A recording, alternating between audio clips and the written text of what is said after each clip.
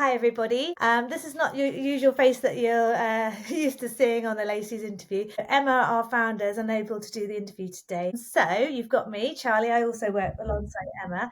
And I'm delighted today to be joined by Megan Scott, the Women's Community Football Officer for Leicester and Rutland County FA. That's a bit of a mouthful.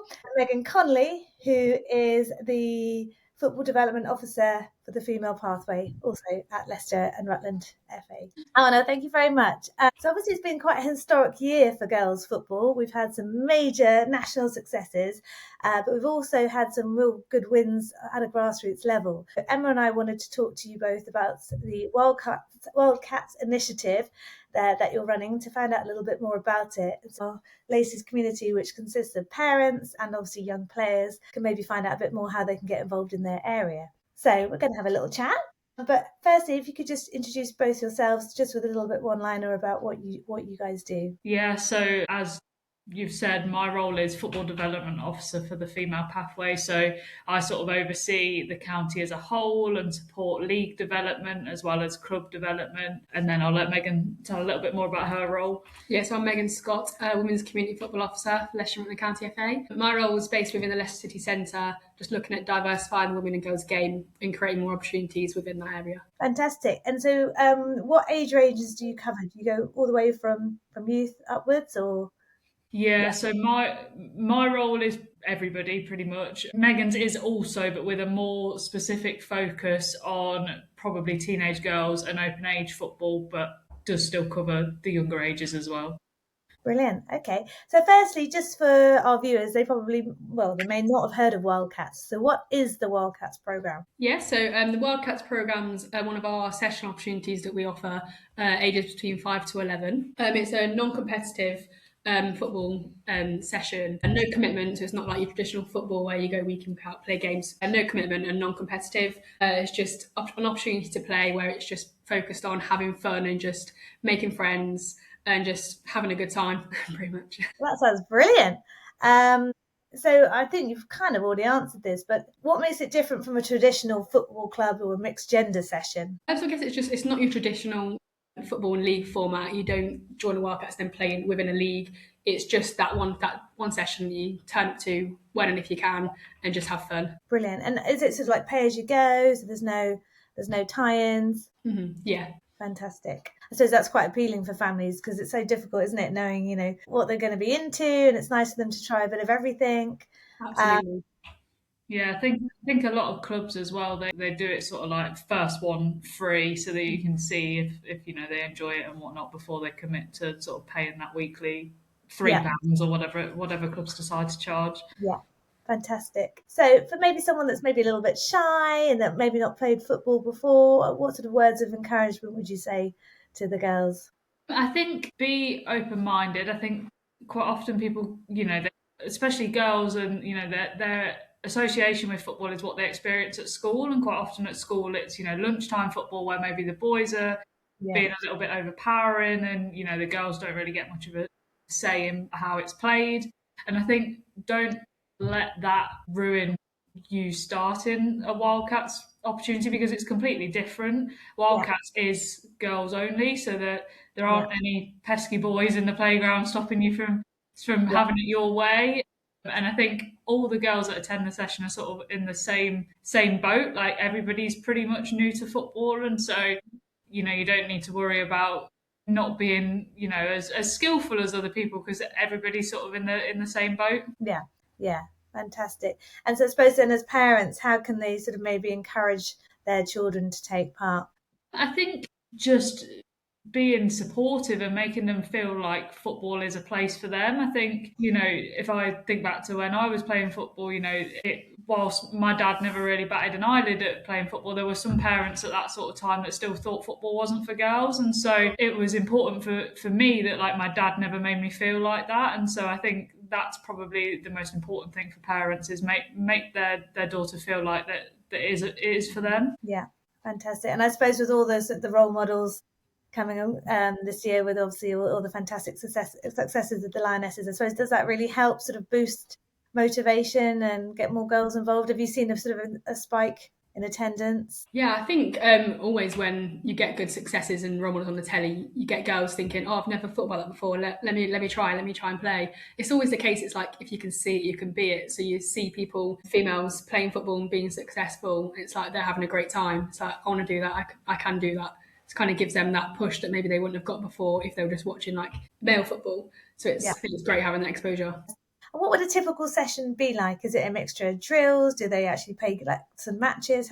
What's the format? I think it's probably less traditional than people probably think it would be. I think quite often when you wander down your local park and you see football sessions going on, they are sort of what you've just described. But actually, the way that Wildcats is sort of ran by most of our clubs is, it's more those sort of playground games that girls would play at school with their friends. There might be a football incorporated into maybe like a game of TIG or something like that, but actually it's all sort of those fundamental movement skills that are being taught rather than necessarily specific football skills. Yeah. Okay. So that's what I was gonna ask. If someone maybe isn't traditionally fit, maybe they haven't done much exercise in the past, it's sort of accessible to all levels, would you say? Yeah, definitely. I think, like I say, it's those fun playground type games that people, even if exercise isn't necessarily what you enjoy most, those sort of games get all kids excited at school. And so, it uses those sort of activities to really sort of get people's attention and make them, grow a love for the game and slowly sort of incorporate a football into that. Yeah. And so what age do you start? Wildcats from 5. Oh, wow. As young as 5. I bet that's fun. Crowd control. What would be a sort of a typical size of a Wildcats group? Would that vary with the ages?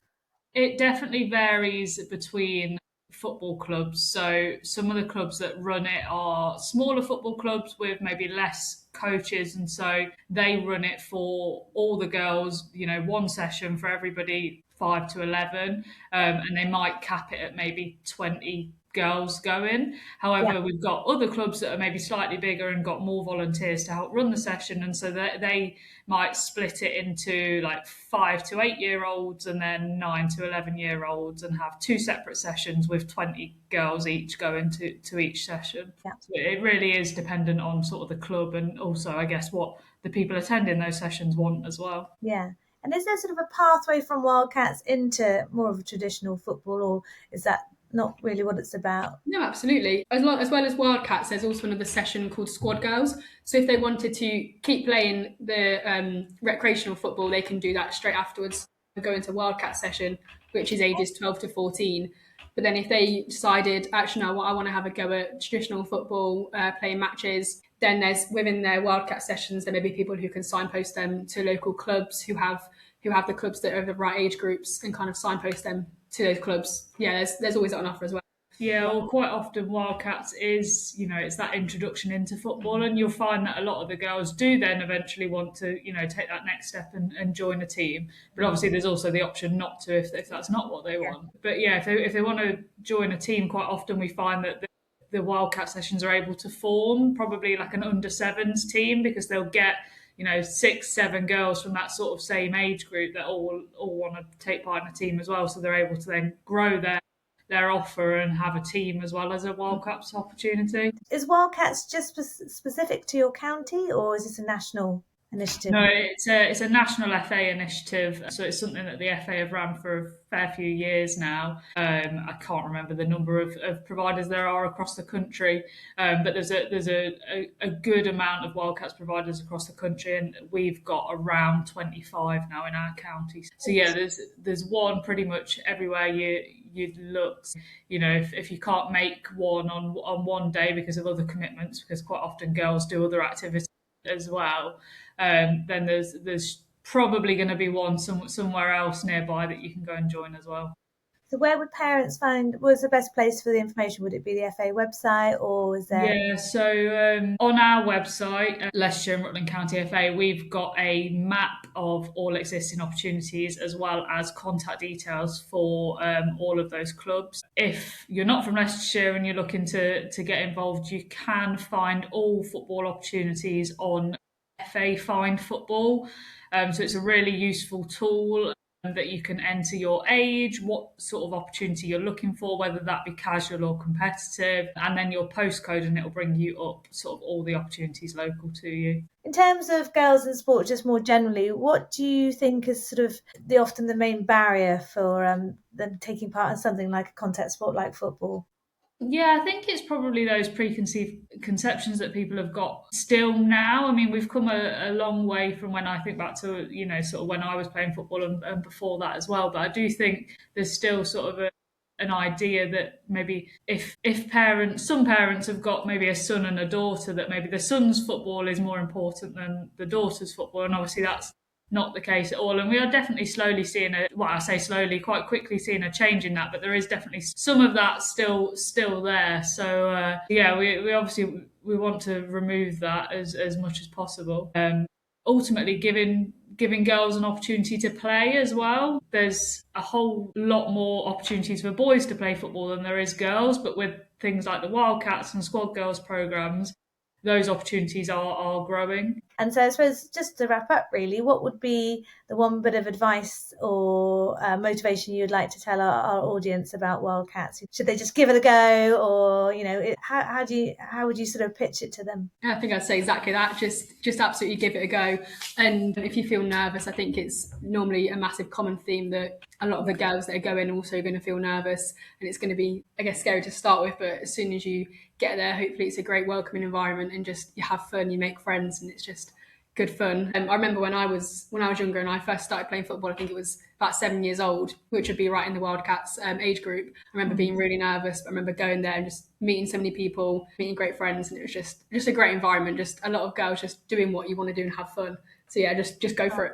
Absolutely. Yeah, I think as well, just to sort of add on to that as well, if your daughter's nervous about going, speak to people she goes to school with and see if she can sort of take a buddy along as well, because ultimately familiar faces make it a whole lot easier to go along. So if she's a little bit wary, then that would be my advice. Perfect. No, thank you for having us, Charlie. We've enjoyed having that conversation, and hopefully spreading the awareness of the Wildcats programme, and we can see female participation grow.